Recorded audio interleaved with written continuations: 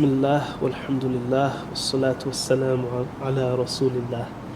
Nawayna lillahi ta'ala. Lillahi ta'ala.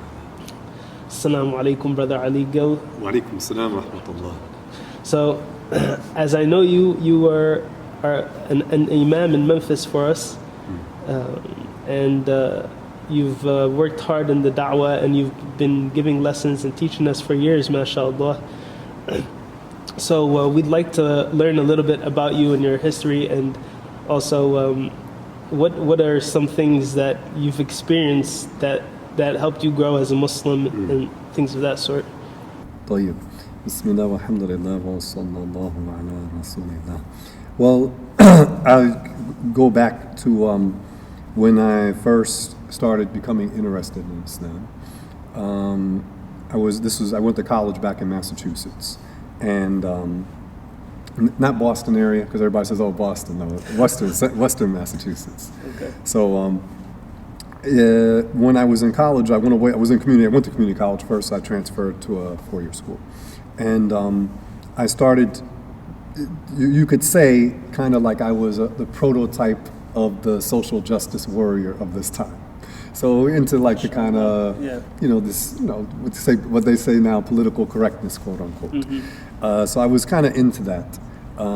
And also started coming into like black consciousness, black nationalism. These converged at the same time. And then after I did a year of college, when I went away, then I read Malcolm X's autobiography. And for a lot of people, this is the early 90s. That for a lot of people, back then, this was a turning point in their lives. This led a lot of people to become curious about Islam, to convert to Islam. And also at that time, because I mention it sometimes to the youth, and they can't relate, but the rap and hip hop community was, again, not by the standards of Islam, but by the standards of that time. It was far more, quote unquote, conscious than what rap music is today. So a lot of like the political activism was coming out of the rap music, talking about Africa, talking about social issues. And so the rap music was very like groups like Public Enemy, for instance. Again, religiously, we have a different analysis, but I'm saying from that at that time. So the rap music was there, the general culture, like this kind of like political climate there, and then reading Malcolm X's autobiography, which the first thing I took from it wasn't so much about Islam, but was more about black nationalism, black consciousness, because this is, again, late 80s, early 90s, and there's no internet. I grew up in a small Springfield, Massachusetts, small city in Western Mass. There's no real, like, growing up, like, political, social consciousness among the African Americans that I knew. In college, it was different, and then having read Malcolm X, it made me, there are many takeaways from Malcolm X. One is how much the potential for personal transformation. That's one subject in itself. But the main thing I took away from Malcolm X initially was the black nationalism, looking at how to improve the black condition, looking at the social injustice in the world, not just with African Americans, but with Africa, with what they called, quote unquote, the third world. Mm-hmm. So all of that that was in the mix. And then kind of on my own, within the few months after having read it, it was like, well, what's really the solution to all of this? Mm-hmm. And I didn't grow up like on a religion. I mean, loosely, you could have said we were Christian, like we did what they call Christmas. Okay. But I never went to church or anything. I never believed the Christmas stuff or the Christian thing. But just trying to figure things out, like what is the ultimate answer to the injustice in the world? And it would have to be, as I'm kind of working this out, it's not economic power, it's not political power. It really would be that the person would be, we would say it now, being accepted by God. Mm-hmm. That by having the support of the Creator, this is how you could begin to address and fix these various social, economic, psychological issues. And of course, when you look at the different religions, even just kind of a very brief observation, Islam is the only religion that in reality is calling people to worship the Creator and not the creations. No. So, back then, were you even believing in God? Were you as growing up? You know, what was your, I guess, your beliefs in terms of religious beliefs or? Yeah. No, I mean, I'm not. Obviously, I'm not proud to say it, but I mean, I was an atheist at this time. Yeah. Yeah. Starting from a young age? No. Okay. By the time I got to college. But you got to college. Yeah, which Okay. happens to a lot of people. Yeah, You know, I didn't. One is you don't have. I'm saying then. I mean, it's still basically the case now. Is there's Christianity. Yes. It's pretty clear this is a fraud. You know, this is a joke. You know, and then you Yes. had like the black Christianity. And, you know, people running around, jumping up and down in the church and stuff. And it just looked ridiculous to me. Yeah. And my family background, my mother was in the Nation, so-called Nation of Islam. Oh, wow. But I didn't grow up on that. Okay. And I had some aunts that were in another community. So we didn't do the Christian thing. I mean, again, we did what they call Christmas. We put up a Christmas tree, but I wasn't on that. But the Islam was never explained to me. Like really the creed. And then of course, you know, at that stage, a young guy just being into his nafs, you know, and that's just how it was. So, you know, looking at Christianity, this is a fraud. Like the Judaism thing, that wasn't even a factor for me. But there was a guy actually, the summer where I kind of call like the summer of my awakening in the sense like starting to wake up, having read Malcolm X. Mm-hmm. I was with a guy who was a white American guy, Italian guy, and mashallah, was a really cool guy. And I remember we actually said the Shahada together, but at that time I didn't have the proper understanding. But this was the summer before that. I said the Shahada in the winter. This was the summer before that. I remember I was with him and we were in the I was in this town called Amherst. It was very like little college town, like perfect New England college town. I remember with him, we were in the parking lot, and I asked him about, you know, do you believe in God? And he said, well, he looked up at the sky and he said, well, who made all of this?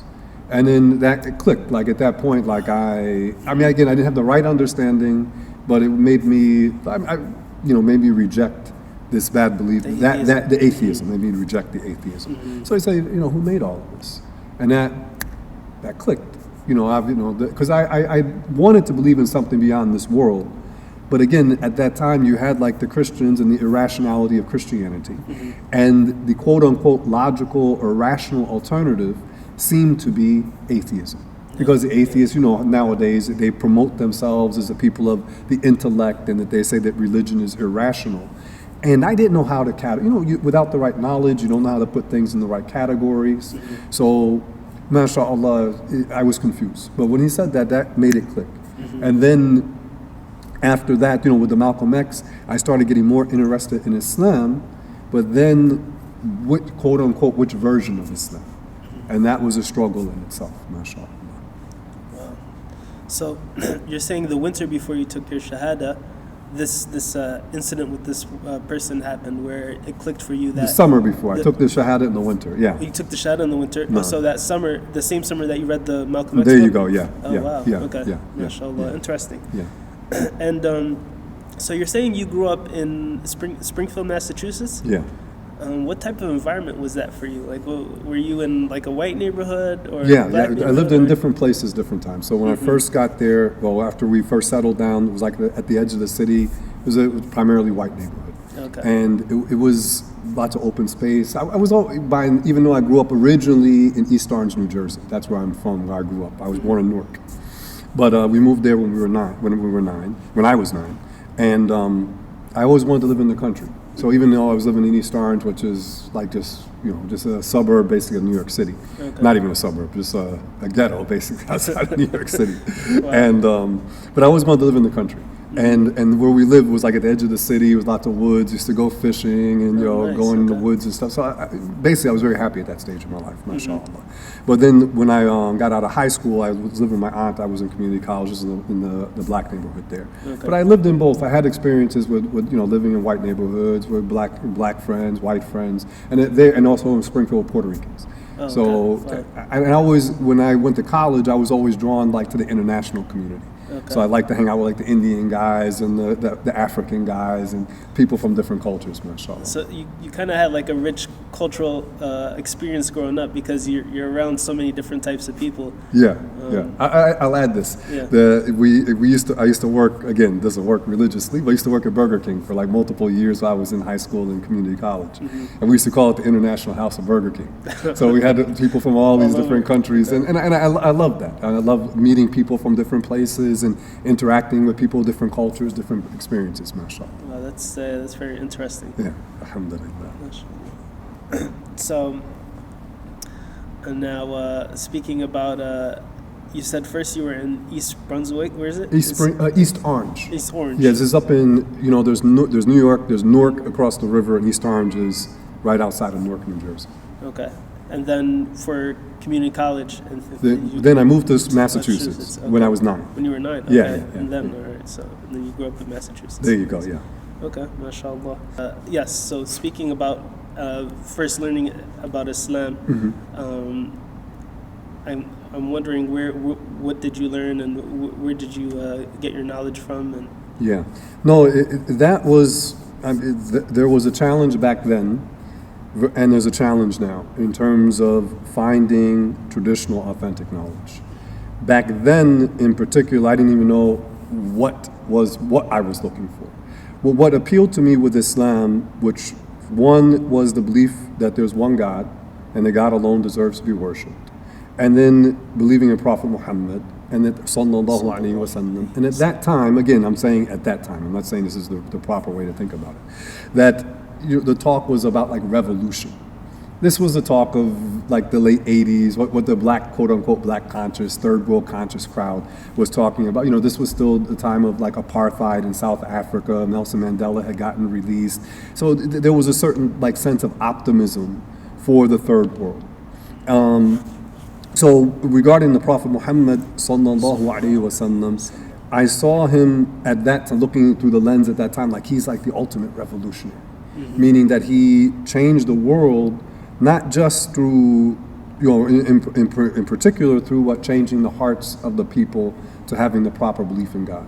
In addition to that, standing up and ordering the good, forbidding the evil, and opposing injustice and wickedness. So again, from the mentality I had at the time, it was like, okay, belief in one God and the ultimate revolutionary. This is, again, the mindset that I had at the time. And so what had that? That was Islam. Yeah. The other, Christianity, again, it was like a joke, and then you add, when you go into like the black thing, and it was kind of like, well, that's a white man's religion. Yeah. I mean, it's a little bit more detailed than that, but I mean, the bottom line is it reached black Americans through these Europeans. Yes. So then what in my mindset is, okay, Islam is the right religion. There is one God, because I'm not praying to idols, I'm not praying to people, there has to be one God, and then you have to believe in Prophet Muhammad. Again, I don't know what the proper understanding is. So then it's like, well, what version, and I'm getting the mindset of the time, what version of Islam? Yeah. Because I was initially attracted more to what they call the Nation of Islam. But as I went into their beliefs, I couldn't make sense of their beliefs, because in a nutshell, the nation, so-called Nation of Islam, they're claiming that this guy named Fard Muhammad is God in person, and that didn't, that didn't work with me. And then it turns out this guy, he's a white-looking guy.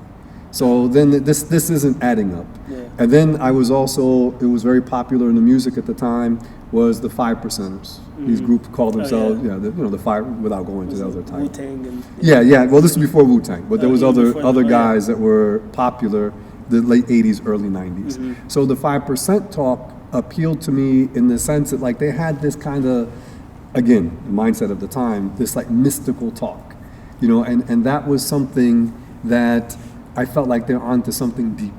But again, these guys are people claiming to be God in person. And again, this isn't, I can't reconcile this with what I'm even reading in so-called translations of the Quran. Like, it's not lining up. So there was a guy in town, he had like a little quote-unquote cultural boutique. And he was African-American guy. And he was like my mentor. And he said he was a Muslim, but he never learned tradition. And I just had a lot of questions. And I wasn't getting satisfactory answers from him. And then we would go to what I would say like the immigrant mosque for Jummah. And again, questions aren't being answered. So I was kind of like stuck. I mean, I wanted to believe in one perfect God, believe in Prophet Muhammad, but sallallahu alaihi wasallam, but I'm not getting clarity. Basically, you're in a community, you're growing up in an area where there's not a lot of knowledge about Islam, right? Even back then. So Islam was kind of new even in America back then. And of course, I guess this ideology of Nation of Islam was more so about race, supporting their race and having their own beliefs outside of Christianity and other things. Now, speaking about versions, when you said versions of Islam, what did you mean by that? I was talking about the mindset of the time, because again, it's not like now when you have learned traditionally and you have a standard and then you weigh everything according to that standard and you know what is right, and then it's clear you can identify what is wrong. Back then when I was searching, all I knew were, well, quote unquote, versions of Islam, because I don't know which one of these different groups which claim to be Muslim, I don't have a standard to discern which ones are right or which ones are wrong. So that's what I mean when I say versions. I'm not saying that they're all legitimate at all. I mean, the Nation, they claim that God is a human being. They're not Muslim, period. No. The 5%ers, most of them don't claim to be Muslim, but the belief that they themselves are God in flesh and flesh, this is not the belief of the Muslims. Yes. So this is what I mean. I'm saying from the mindset of the time, because again, when you learn traditionally, it's very clear, like the Farrakhanism, this isn't Islam, very clearly. People who claim that God is a body, these people are not Muslim, it's very clear. But at that time, because again, these are people who call themselves Muslim. As far as I know, they're all Muslim. I'm saying with the mindset of that time. That's it, okay. MashaAllah. Thanks for clearing that up. Alhamdulillah. So then, as you're going through these stages, asking questions and trying to get a deeper understanding of the religion of Islam, when did you actually find someone who actually helped you to and actually taught you the authentic knowledge? Where were you able to I guess, save yourself? Allah. So what happened, kind of the timeline, there was a summer, I had read Malcom X. And then that winter, I said Shahada. But again, I was confused. Even when I said it, I didn't. And it wasn't like people teaching the way that I would later learn. So this is like now into the spring, the winter and spring of the following year. And do you remember what year that actually was? Yeah, this is 91. 91, yeah. Okay. So then I started, I'm trying to find the proper understanding about religion, about Islam, and I'm reading a lot. I'd go to the library and I'm reading. I took a course that was claimed to be about Islam in college. So I'm trying to absorb, but again, the more I'm reading, I know I'm getting more confused. There isn't clarity. It's not like I'm getting anywhere. I'm taking in a lot of data, but I don't have a scale to weigh things. So that led me to going more into, again, this is Massachusetts at that time, more into like the new age type stuff. So I got into meditation, I got into yoga. This was 30 years ago when there weren't many black guys doing yoga. So I got into meditation, got into yoga, because I was trying to, I wanted to know, how do I know if there's something beyond this world? And because a big part of religion is the belief in the hereafter. No. Okay, how do I know that there's a hereafter? Again, I didn't have the method of learning that I would later learn. So I was trying to experiment with myself. Okay, there seems to be a lot more going on than just this material world. But how do I really make sense of this? And again, also being in an academic environment, I want to prove this to people. It's not just me being satisfied, like I sense that there's something beyond just this material, dunya. And then, in the academic world, that's all they believe in is dunya for the most part. Yeah. So I started getting into the meditation thing and the yoga and, reading these new age books and, the Buddhism. And, although I still identified, although I did not have the right belief, but I still identified as a Muslim because, again, I believe that there's one God, and I believe that Prophet Muhammad sallallahu alaihi wasallam is an extremely unique figure in human history. So I had that, but again, not the proper understanding. And then I'm trying to confirm what I'm hearing about Islam through other channels. And then one day in Amherst, I got on the bus, I sat on the back of the bus, and I heard these guys talking about Islam behind me. So probably I turned around and said, Assalamu alaikum, and they probably realized this guy, he needs to learn. And I started... With the accent, right? So, mashallah, and that's when I first got introduced to brothers who had traditional knowledge. Again, I have a lot of stuff because I have the yoga, new age, meditation thing going on. I have the stuff I'm reading about quote unquote Islam. I have the black nationalist stuff going on, ancient Egypt and all this, because all of this stuff is in the mix, and I'm trying to figure this thing out. And I always, mashallah, from early on, I had an attraction towards tasawwuf, towards Sufism. So, but the things available about Sufism back then were mostly, a lot of it was new age type stuff, or it was, these what are called pseudo-Sufis, people who claim to be Sufis but with different bad beliefs. So these brothers I encountered, it was clear that they had something I didn't have, that they had a system for approaching the knowledge, but I still don't have a standard. So and again, you meet nobody's gonna walk up to you and say, "Hi, I'm a deviant, come and follow me." So I'm like, okay, these guys seem like they have something, but how do I really know that they're on the truth? I don't have a scale, So but it was clear they knew something, and they had a system for approaching the knowledge, which I didn't see in the other people. Whether like the immigrant center I was going to, or the brother who was mentoring me, there was no real system. Where do I start? How do I know what's right? How do I know what's wrong? It wasn't, they would tell you, read the Quran. What they mean is read some translation, and how do I know that you're still back to square one? Yeah. So what happened was I met those guys, and some of them, they had just started learning, and they were very zealous. So they were like, watch out for this, watch out for that, stay away from this. And it was like, this is a lot, right? Yeah, this is too much. Like this is sounding a little strange. Yeah. But again, I could see they had something I didn't have. So what happened is, that was through the spring. I met them, I took some lessons, but there was too much stuff I couldn't sift through. So I decided to take a year off from college to get to the bottom of things. I was going to go and get as deep as I can in different religions, mostly Eastern, like Christianity again, and Judaism wasn't an issue. So I was more interested like in the meditation and stuff like this, like in the Buddhism and stuff.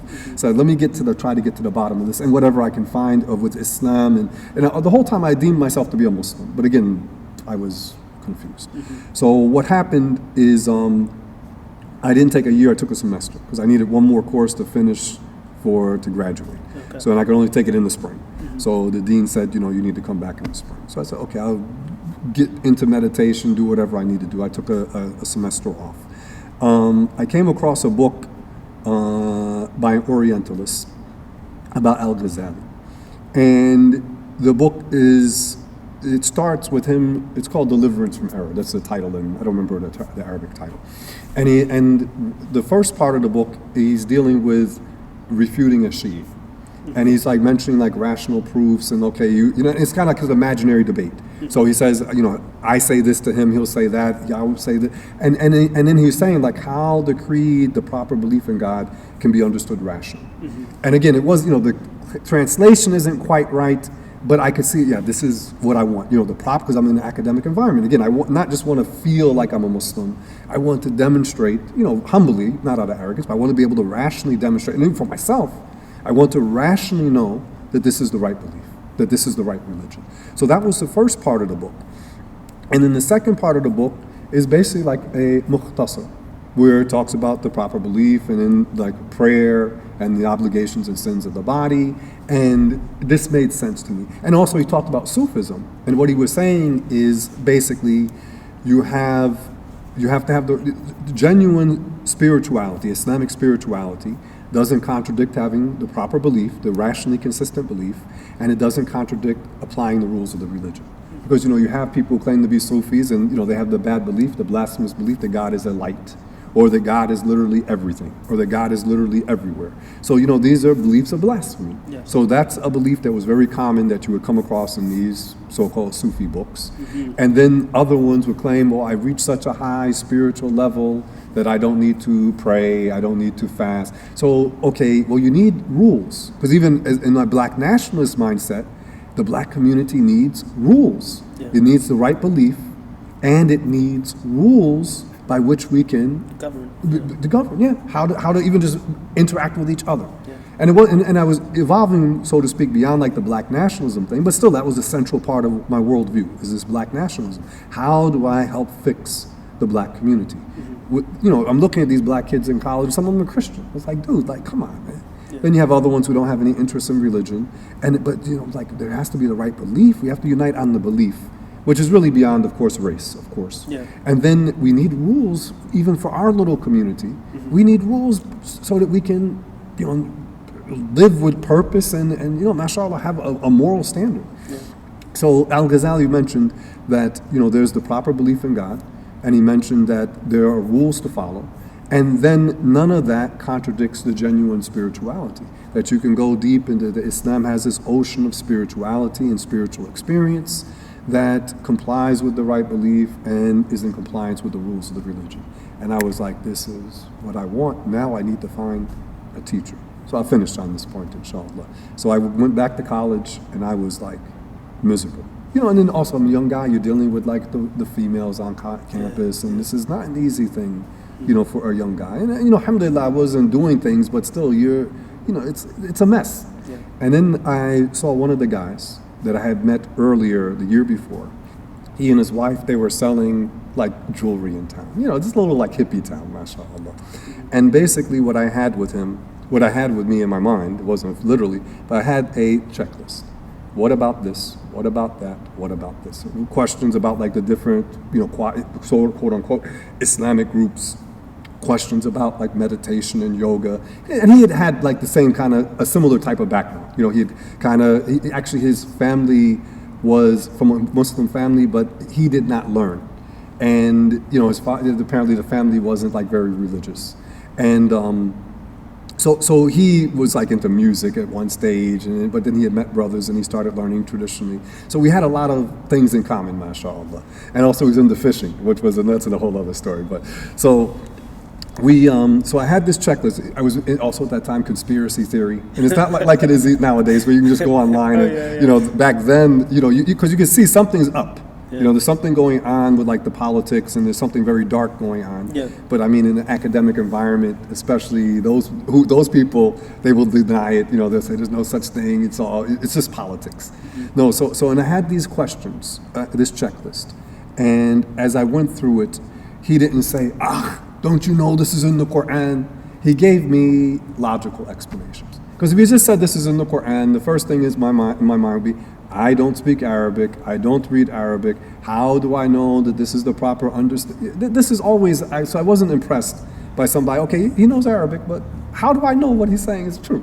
But he gave rational answers. So even back then, you didn't read like the English, like, you know, how people make English versions of the Quran, and you didn't read that and say this is like, just accept it for what it is? Or, no. So you were sharp. You were alhamdulillah, a little sharp there. Okay. Alhamdulillah, mashallah, alhamdulillah. Yeah, no, I didn't know who. At that stage, I mean, I'm trying to read it. I mean, I'm not saying I didn't accept a lot of what I was reading. Yeah. But I didn't have. There are different translations, as they call it. How do I know? Yeah. And I didn't have. And there were other people I encountered. Books I encountered that were against a lot of like this like Orientalist type ideology, or a lot of the people back then were more apologists. Okay. At that time. There was a guy, I mean, he's in prison now, named Malcom York. Mm-hmm. He was like one of the spin-offs from the so-called Nation of Islam, but he took the whole black nationalism, quasi-Islam thing like on a whole other level. Mm-hmm. And the guy had a lot of knowledge, but he was like really twisted and very dark, like very dark. Mm-hmm. So he made me more skeptical about like the foreign influences at the time. And then I met our guys, you know, and they were telling me about like, for example, the Wahabis. And this guy had mentioned things about like Saudi. And it was easy for me because the Wahabis, alhamdulillah, that was not an issue for me. Because I inclined towards Sufism, that was one. Okay. And then part two was 91 during the Gulf War. Mm-hmm. And it made me wonder, like, you know, again, I'm in my revolutionary mindset, and I'm like, how is Saudi Arabia inviting, you know, the West to come so that they can attack another Muslim country? Like, right there, I was like, something's wrong with them. And then the Dr. York guy, Malachi York, he mentioned things about like the Wahhabis. I mean, I didn't know, not about creed, but just the Saudis and they're corrupt. And it was clear. Yeah. I mean, you can't deny they're corrupt. Yeah. And then when I met our guys, they talked about this issue of, the Wahhabi movement and talked about their history and especially their belief. And that all just made sense. Like, because what happened is that they told me about this Wahhabi ideology and the Saudis and the British, that this is clearly a product of Western imperialism, which in the revolutionary mindset of that time, that you already know that. You know that these European powers are going to put in their puppets and they're going to promote certain ideologies. And it was very clear the Saudis were among those people. That was just from the political, social point of view. Yeah. And then when they explained the belief, and one of the brothers early on, the first year I met them, one of the brothers said to me, Allah exists without a place. And I did not understand it properly, but I was like, this is profound. Yeah. And I started looking in other religions, what other religions say that God exists without being in a place. I mean, I knew Christianity wasn't an issue. Even these Eastern religions and stuff like that, most of them are claiming God is everything and stuff like that. So when he said God exists without, Allah exists without a place, that, like, I was like, man, these guys are onto something. They have a system of knowledge which is not like these other people. Yeah. And then when I start learning about Wahabism, they have the belief the Wahhabis teach Allah is situated above the Arsh and has a big smiling face and at night goes down beneath to Jesus and these ridiculous beliefs. Yeah. So when I went back to the books that I had before, some of those books were Wahhabi books. Wow. And then I could see the Wahhabi stuff jumped off the page. I didn't notice it the first time. Because when they first told me, like, that these people believe this, my feeling was, well, yeah, maybe some people, they misunderstood verses of the Quran, etc., etc. They got confused. But once you explain the right belief to them, immediately they would say, well, what's superior? To believe that God is some sort of object situated above the arsh and goes through changes, or to say that the creator of the universe exists without space or time? It's very clear, the creator exists without space or time. So I felt like once people hear the right belief, that's it, they'll leave that. Yeah. And this is kind of jumped ahead, but when I came to Philly and I actually met Wahhabis face to face, and I was like astounded, like man, like how like stupid they were, and like very, how would I say? I mean, like they were like our brother when I was back home in Massachusetts. How just stubborn and arrogant, and arrogant and stupid. Yeah. Because you're explaining the right belief, and I'm really thinking these guys, they just didn't hear the right belief. Once they hear it, how would you not accept this? Yeah. And then when you meet them, and they're like the way they're described in the classes. The arrogance, and again, no regard for logical consistency. That was something that really struck me, because coming to Islam, you're reading about Islamic history, and the Muslims excelled in science, they excelled in medicine, they excelled in mathematics, astronomy. So I wanted to be part of that, like plugged in to those people who were linked with this intellectual heritage. Besides the Aqidah, in addition to the Aqidah. But these other parts, you look at like Muslim Spain and how it flourished, or you look at Turkey, and you see like the might and the beauty of Islam. And I want to be plugged into this history. And what's driving this is what? How the intellect is perfected through the proper belief in God. Because if the person doesn't have the proper belief in God, their intellect is going to have like problems, mashallah. So when I encountered the Wahhabi guys, I was like, wow, like, dude, you're contradicting, not just are you contradicting the Quran, you're contradicting yourself without like pause. Like, you have no problem saying that Allah, that according to what they claim, Allah is situated above the arsh, and he goes down beneath Jesus. Well, they don't say beneath Jesus, but comes down to the first heaven late at night. But it's always what? The last third of the night somewhere on earth. The first heaven is much smaller than what? The arsh. These statements imply something. Change and size and shrinking and getting large. They weren't fazed by this. And that was very strange. And then, Philadelphia, in terms of the history here, and I mean, my understanding is still heavily infested with Wahabism, which is very strange. But like you even you see it in the way the people are here too.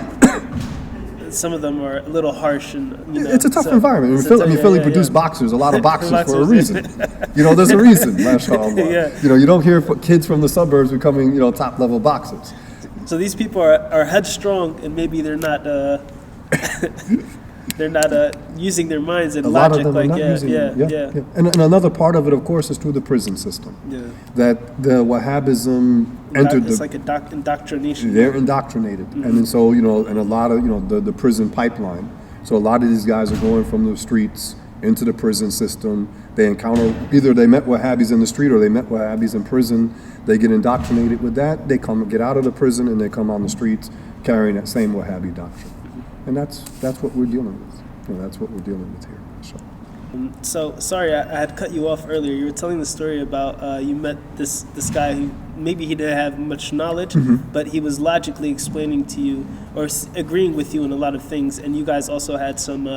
I guess some activities that you guys used to do together, fishing, So you got along with this guy. Alhamdulillah, right? So what happened was, he was learning. He wasn't an ignorant person, mashallah. And so then I graduated. This is all like in the spring. Graduated from college, and I decided to stay around in town for a year because Amherst is I wasn't wanting to go into corporate America. I planned to go to graduate school, but I'm still trying to get to the bottom of things. Now I met somebody who he's talking sense. I can roll with this, so to speak. So I continued to learn, mashallah, and had nice experiences with him.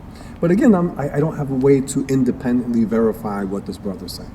What he's saying makes sense. Alhamdulillah, he has good character, good. And we had things in common. We were like, mashallah, buddies, mashallah. Yeah.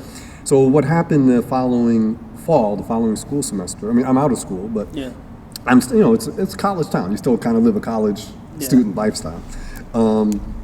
I was at the student center at the University of Massachusetts. And there was a brother there, and he had like turban, and I loved walking through the student center, and he was Sudanese. And I, approached him. Assalamu alaikum. Again, I'm excited. You see a Muslim, you get excited, especially in a little college town like that. So I tell him about my teacher, and so he comes to the house, and they're sitting together. And they're discussing religious issues. Again, this is way beyond my pay grade, but they're going back and forth on religious issues till I guess after midnight. And it was like everything checked out. This was a brother who, he was from Sudan, so he was Maliki. So the idea of a madhab. In terms of Aqidah, Allah exists without a place. And then also he had a tariqah. So that made like the issue of Sufism. So on all of that, like again, goes back to what? Proper belief, following the rules of the religion, Islamic spirituality. And all of these, there's a system that Ahl Sunnah has for talking about these issues. So when that brother, it checked out, then it made me more like, okay, what I was hearing sounded good from this brother, but again, how do you verify? It's not like now with the internet. Internet now is just too much information. Back then, there was a lack of information. So how do I verify what this guy's saying is actually authentic? But when this other brother came along and they sat and they had the talk, and then they became, all of us, the three of us became good friends, then it was like, okay, this is all verified. I'm good with this. And then the more I learned, mashallah, you built up. And then that winter, I came to Philadelphia. Okay. And I met one of the person was, I'm not mentioning names now, but one of the person was in charge, who was and is in charge, and he made a deep impression on me. And then for me at that time, it was like I can come to Philadelphia and be part of a Muslim community. See, in Massachusetts, in Amherst, we didn't have a community. It was a few guys, and we were hanging out. I could come to Philadelphia and, be in a big city. This is, again, the black nationalist was still in me. I can come and help my people, and I can be in a big city. I can learn. Because, the rules of the religion are not just what you do on a daily basis individually. There are going to be rules in terms of contracts, there are rules in terms of marriage, there are rules in terms of social interaction, and I wanted to be a part, and also wanting to be part of a community that's growing. So the person was in charge. He encouraged me to come to move to Philadelphia, and I still had a contract at work till the summertime. Okay. So then, alhamdulillah, that was really when like, okay, I said, that's it, I'm coming to Philadelphia after the summer. And then the summer is the year that Shaykh Samir came. Oh, wow. And I met Shaykh Samir, and it was like, yeah, this is what I'm looking for, mashallah. And then that fall, then I came to Philadelphia, alhamdulillah, mashallah. Originally, you came to Philadelphia for work or? No, for a da'wah. For a da'wah? Yeah. So you heard that Philadelphia was a growing city with Muslims and things Yeah, like that? and the center was here. The center was new. When I came here in 92, going to 93, that week, that end of the year. Yeah. That the center was here, and they were talking about building a school, the next year, the following year. So I'm having a school, and that's what I wanted to do. I wanted to teach, and to learn, because I knew I had to learn. You know, that was no doubt about it. And I was coming here for a da'wah. How did you hear about the center?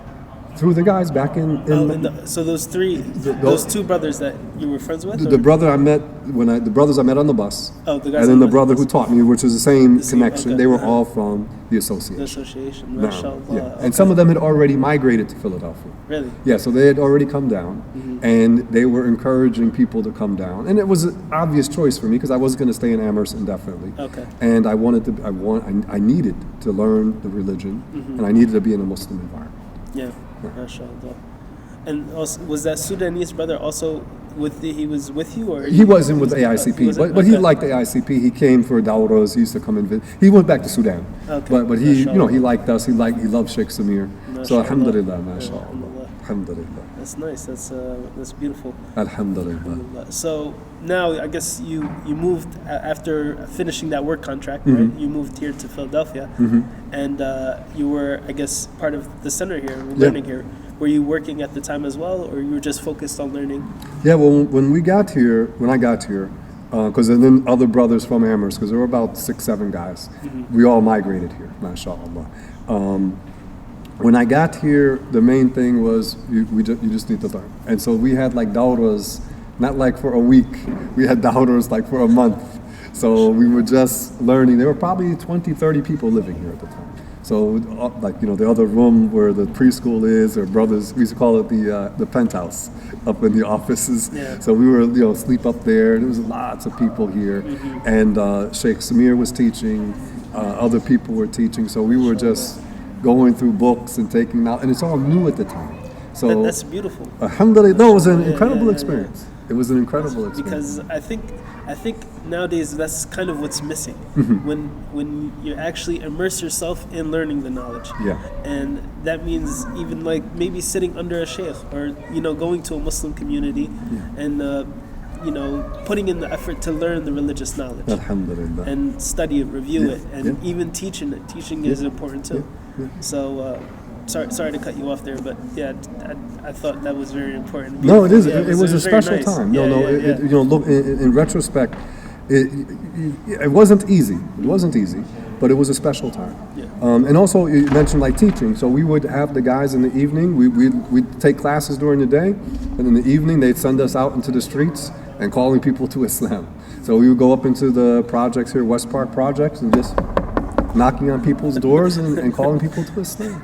Yeah, we had classes in the community center, the community room over there, and no, it was really. I mean, because I was green. I mean, like Springfield's like a little hood, but Philly was, and Philly, this was also during the crack era. Yeah. So the violence was like the neighborhood here was nothing like it is now. It was brutal. Yeah. It was brutal. So we were going into projects and calling people to Islam. And so. I mean, that was a special time. It was an incredible time, mashallah. Even I remember growing up around here, like what was just the businesses and what's across the street was was it Vietnamese or they were Cambodians and Laotians, I think. So, and they scared you. They scared you to cross the street. You didn't want to cross the street. That's how bad it was. Yeah, no, it was rough. You're right. The projects are not that far from here. Just a couple blocks up. Yeah, a couple blocks up. But man, you guys were fearless going out there. Mashallah, going to teach people.